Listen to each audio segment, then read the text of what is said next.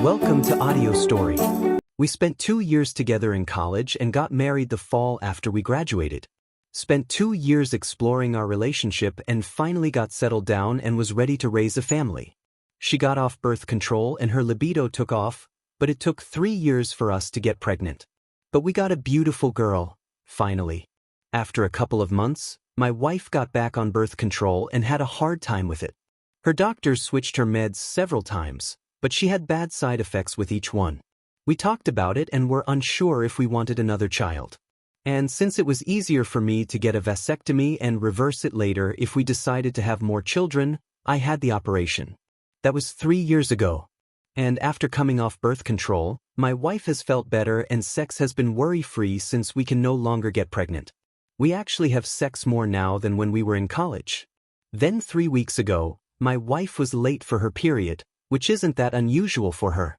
Then I noticed her breasts were a little tender and she started what seemed like signs of morning sickness. Now I know there have been cases of nature of reversing vasectomies. So I went to the doctor and had my sperm count checked. And the verdict was I'm still sterile, but it didn't tell my wife. My wife finally went to her doctor and confirmed she was pregnant. And so she had me go to my doctor to get tested. I didn't go right away because I was literally sick from the stress of the situation. I had all sorts of sick scenarios going through my head. In the end, I got retested and I took my daughter in and had a DNA test done. I got both test results back and got violently ill after reading them. Yes, I am sterile and no, my daughter isn't mine. When my wife got home, I showed her my test and she denied any wrongdoing and saying that there was a problem with the test. And I showed her the test from last week and she broke down crying. I finally got it out of her who she had slept with. And then it only happened once and the condom must have failed. I made her tell me the story 3 times. And each time I asked her if that was the whole truth. And if there was anything else that she needed to tell me, because another lie would mean we were through. She said that was the only time and she had never done anything like that before. I told her how much this hurt me and asked her how she could do this to her family and if it was worth it. I asked her if she wanted a divorce and she pleaded with me to forgive her and put this behind us. I said I couldn't raise someone else's child and asked her if she would be willing to terminate the pregnancy in order to stay together. She cried the rest of the night. But when we went to bed, she said she would do whatever it took to save our marriage. I never brought up the DNA test. I will contact a lawyer next week to see what my options are about if I have to pay child support on her first child. If she had come clean about the father of her first child, I could have swallowed my pride and tried to work to forgive her. But she thought she was in the clear and didn't need to confess to anything else. No telling what I'll ever know. Lawyer update: my lawyer is awesome. She had me bring in a bunch of paperwork, bank statements, and my medical and DNA results and had me tell her my story. Her assistant sat in with us and took notes while my lawyer went through my documents. After I finished, she asked a few questions and spelled out my options. I live in an at-fault state, which is good and bad. Good as in it gives us leverage, bad as it takes longer and much more expensive. In the case of the first child, if my wife agrees to sign the papers, my liability for child support is an easy fix. If she doesn't agree, then a court-ordered DNA test and a judge from the court can remove me without my wife's consent. Either way, I will most likely not have to pay child support. One way is just more expensive than the other. Since my wife has a good job and earns close to what I do, she didn't think the judge would award her any alimony. And all of that, plus dividing up property and other things, can be negotiated before a judge gets involved. The bad news was due to the holidays. They couldn't have the papers ready before Christmas, but definitely would before the end of the year. She advised me to say nothing until she got served. She gave me a list of things to do before and after Christmas before they served my wife. One thing they did point out was since we were actively trying to have a baby, there was a possibility that my wife didn't know that the child wasn't mine. My wife has an appointment with her OB tomorrow. At this point, the child support worry isn't the worst part. It's more about the emotional cost, the soul-crushing realization that you've been more of a dad than the actual father, all while your wife thought she could sweep it under the rug. I'm sorry, OP update. So I met my sister at my house and we started moving my stuff to her house while the divorce goes through, or at least until my soon-to-be ex-wife leaves and I get possession of the house. We took 4 carloads to her house and came back for the rest. My sister felt it important for her to be there for support and as a witness. I also moved the nanny cam into the living room so I could record everything in the cloud. At about 10:45 a.m., I got a text from the lawyer saying she had been served. I sent her an email saying that I am at the house when she is ready to talk. A couple of minutes later, I got a text from my wife saying, "Why blah blah blah?" So I resent the first text and waited for her to get home. She sent several texts and voicemails. They don't mention anything about cheating, just how she thought we were working this out and she thought we would sit down and have a conversation before proceeding with the divorce. Playing the family card and how this will devastate the child and our families. How she feels betrayed. That was a good one. She was still sharing her location and it took her 20 minutes before she left work. When she stopped at a nearby Walgreens for a few minutes, the purpose of the stop at Walgreens became clear as a police car pulled in behind her in the driveway. According to the officers, she got the police there because she said she was afraid and that we had guns in the house. I showed the officers my empty gun safe and said that I had removed them to another secure location. We went back to the living room and I showed my wife the paternity test that I had done that showed her daughter was not mine. Her response was denial and disbelief, which appeared genuine. She broke down and cried for about 10 minutes. I told her this was the final straw and why I wanted the divorce. At about that time, the police officers reminded me to keep it civil and made their exit after I told them I was leaving soon to stay at my sister's house.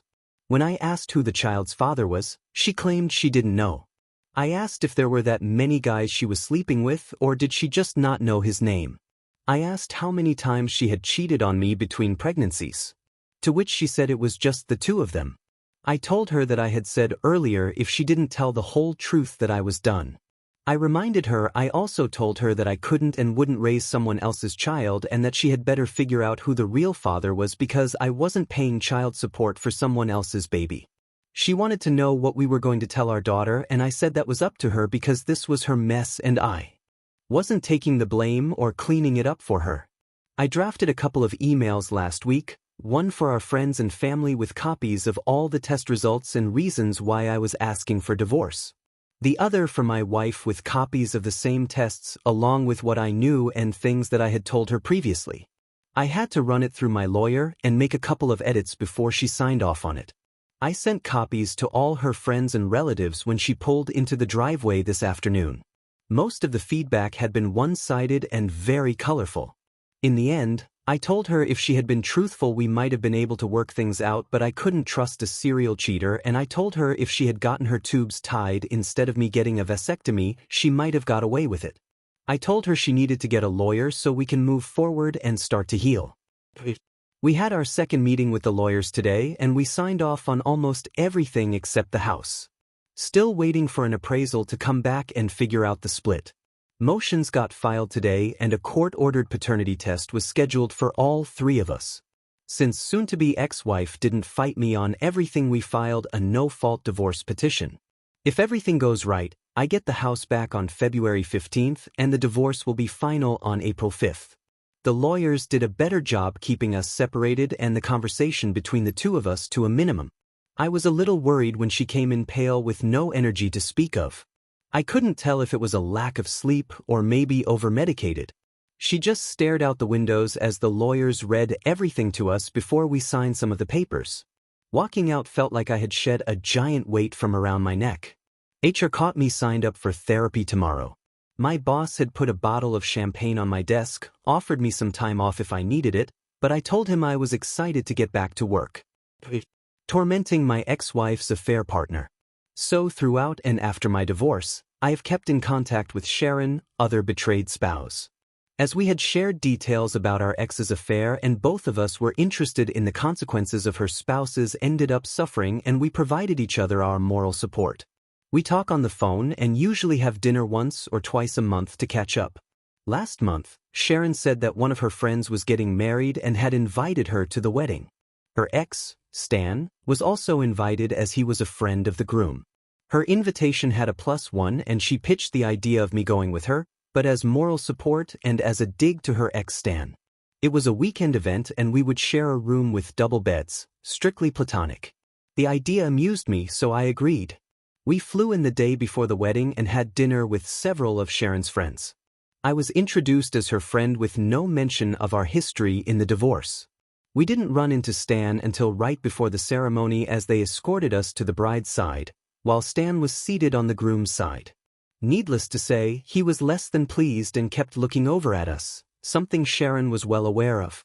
At the reception, we were seated with some of Sharon's friends from the night before and we picked up where we left off and everyone was quite engaged. Stan was seated at a table across the room from us, but in clear view. We danced quite a bit together and probably drank more than we should. There was a brief confrontation with Stan and Sharon, but her friends diffused it quickly and spirited Sharon away. At the hotel after the reception, we had drinks with 2 other couples. Several comments about Stan shooting daggers at us all night and a few about how cute a couple we made and questions about if we were serious or not. We laughed it off and said we were just friends. I had to support Sharon on the way to the room and had my arm around her. On the cramped elevator ride, we were standing quite close. When we got to the room, there was a tense moment and we kissed. Good judgment lost out to the alcohol and we ended up sleeping together. Next morning, we never spoke much about the elephant in the room as we rushed to catch our flight home. We did run into Stan as we were checking out and he made a single remark and walked off. Once we were on the plane, we talked about what happened. Then neither of us were sorry but questioned the wisdom of the timing. We both agreed we each needed some time to process what happened and agreed to have dinner next week and talk about it then. I know neither of us had tried to date since our divorce. I haven't been in the right headspace to even flirt, much less date. I have a session already scheduled with my therapist where I will bring this up, but we did have a great weekend at the wedding. Honestly, it sounds like you and Sharon were both able to find some form of connection and distraction even at the time it wasn't ideal. It's not absolutely unheard of. Maybe it's exactly what the both of you needed at the time. Either way, OP, it seems like you're slowly but surely carving a path toward healing and that's a significant step forward. Tell us about a time you uncovered a harsh truth. Thank you for joining us today on our audio story. Be sure to like and subscribe and hit that notification bell so you don't miss out on our next video. See you next time.